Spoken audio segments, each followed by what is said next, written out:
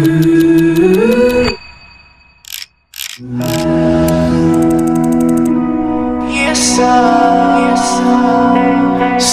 I'm gonna leave. I'm driving so far. Tell me why you couldn't take me and say you want. Hello mga ka-readings! Ngayong araw, lilipad ang aming grupo papunta sa lugar kung saan matatagpuan ang Holy Opa! Holy Opa? Holy Opa pala eh. Ano ba hinihintay natin? Tara na!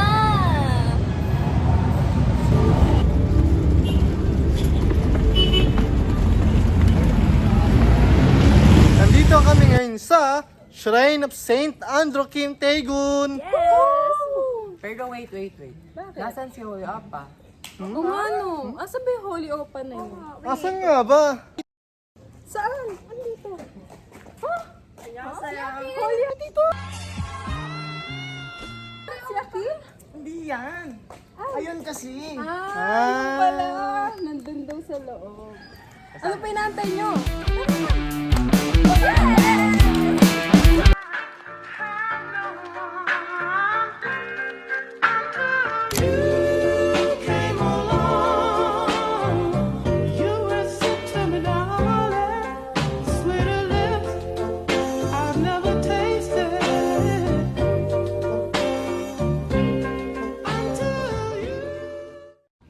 Tara at mag-commute papunta sa Shrine of Kim Andrew Taegun.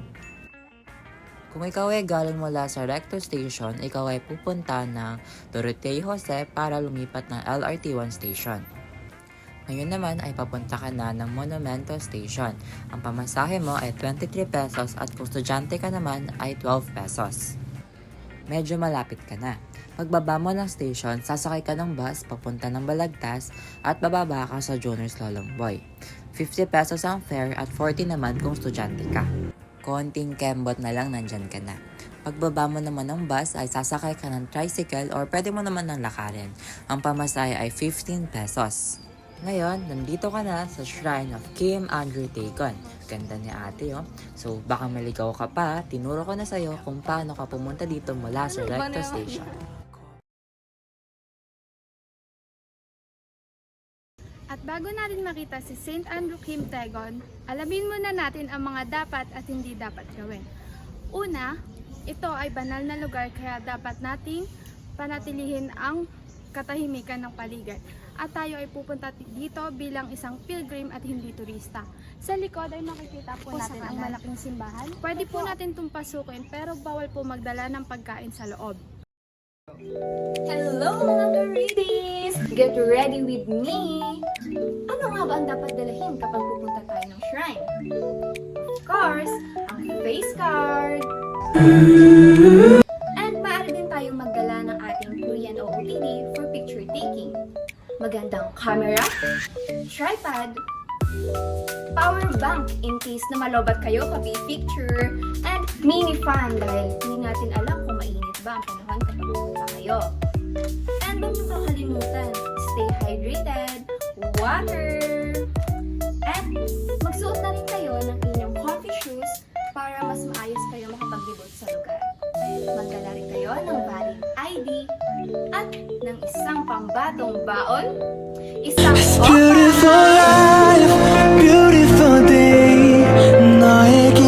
Did you know Saint Andrew Kim Taegun was the first Korean-born Catholic priest and martyr?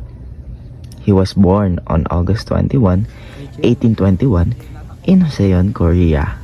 He came from a noble family and grew up during a time when Catholicism was outlawed in Korea. He was baptized at the age of 15 and secretly studied for the priesthood abroad. In his youth, he spent time here in the Philippines, particularly in Lilomboy, Bacaoy, Bulacan, where he continues his religious formation. After further studies, he returned to Korea to serve his people. But since he was performing his priestly ministry, which was illegal to them before, he was arrested and executed at just 25 years old. And also, he is bravely refusing to renounce his belief. Alam niyo rin ba na si San Andres Kim ay tumira sa Pilipinas? Sa dating tinatawag na Hacienda Lolomboy, na ngayon ay isang shrine na. Noong mga taong 1837, 1839 at 1841, kung saan siya rin ay nagsilbing Spanish interpreter ng mga paring Dominikano. Pope John Paul II canonized him as a saint in 1984. So Kim's short but impactful life has made him a national icon, especially among Korea's Catholic population, and recognizes him as their patron saint.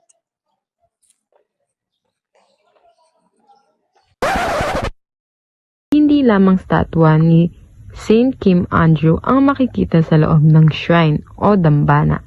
Naririto rin ang iba pang mga statwa ng kapwa nito, mga Koreanong Katoliko na kinilala na rin bilang mga santo o santa, at ang mga paring Pilipino na gumabay sa kanyang pamamalagi In sa Bulacan. 1986, the parish was declared a sister parish with a Korean shrine and was dedicated to Saint Andrew Kim Tae-gun because of his historical connection to the area.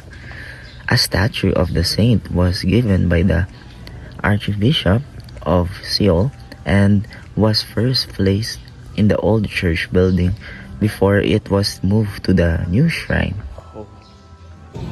In 2001, construction began on the church under Project Pangarap during the parish's 50th anniversary.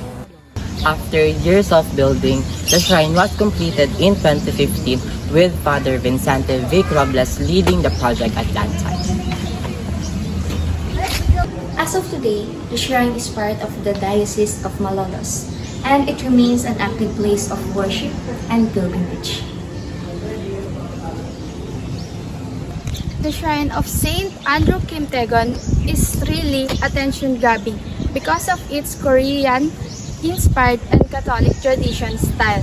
It is like a contrast to the Baroque style of many Philippine churches. The complex is peaceful and scenic, located beside a lake and featuring Korean architectural details, carvings, and statues of both Saint Andrew Kim and his friends, the Venerable Thomas Choe Yongap. Ang matalik na kaibigan nitong si Venerable Thomas Choe Yongap ay kinilala bilang martir ng pawis ng Korea dahil sa pagpapagod nitong mapanatili ang pananampalataya sa Korea, at tinatawag din siyang ama ng simbahan sa Korea. Beside the shrine of Kim Andrew, you can see a small chapel.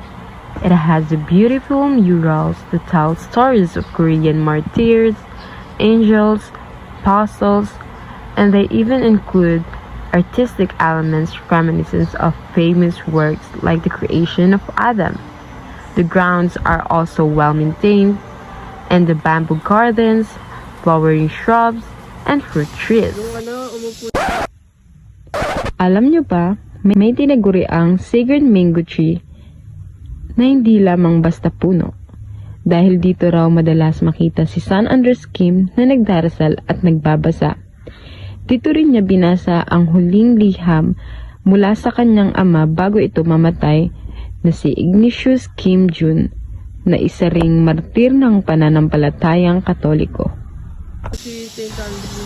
However, the shrine of Kim Andrew is locked and carefully preserved to maintain its authenticity and sanctity. Nevertheless, certain parts of the shrine remain visible and accessible to tourists. Noong Setyembre 16, 1846, sa edad na 25, si San Andres Kim ay pinahirapan at pinugutan ng ulo malapit sa Han River sa Seoul, Korea. Kinalaunan, siya ay dinakilang santo noong 1984 at ang kanyang kapistahan ay ipinagdiriwang tuwing Hulyo 5.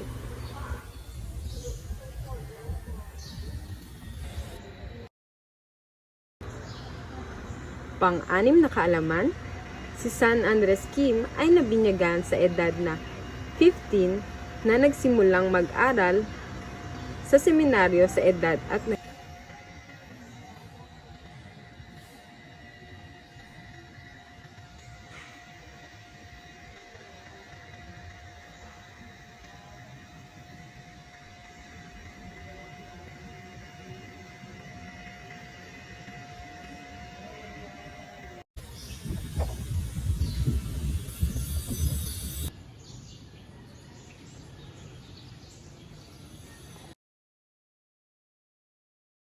panghuling kaalaman. Bakit nga ba nasa Pilipinas si Saint Andrew Kim Tae-gon? Dahil sa kanyang bansa o sa Korea noong dinastiyang Joseon mula 1392 hanggang 1910, ipinagbabawal nito ang relihiyong Katoliko dahil naniniwala ito na sinisira ng paniniwalang Katoliko ang Confucianism na mas tinanggap ng dinastiyang Joseon mula sa China. Naka 10 seconds, Ben. Game. Bilang.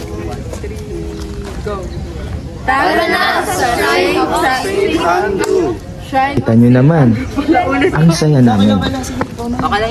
Ito yung mga moments na hindi mapapalitan. Sama-sama kami nagtatawanan, nagbabonding, at ini-enjoy lang ang buhay. Mas masaya talaga ang buhay kapag kasama mo yung mga tao na nagpapasaya sa iyo. So, live your life. At kanya-kanyang hangad sa buhay. Sa ilalim ng isang bubong, mga sikretong ibinubulong. Kahit na anong mangyari, kahit na saan ka man patungo. At ngayon, tapos na tayo. Ako nga pala ulit si Coed. At ako si Akil. At ako si Tyron. At ako si Justin. Ako si Thea. Ako si Erika. At ako si Francia. Hanggang sa susunod mga ka-readings, Paalam! sa likod ng katahimikan at ganda ng Shrine of Saint Andrew Kim Tae-gon, nakaukit ang kwento ng matibay na pananampalataya at sakripisyo.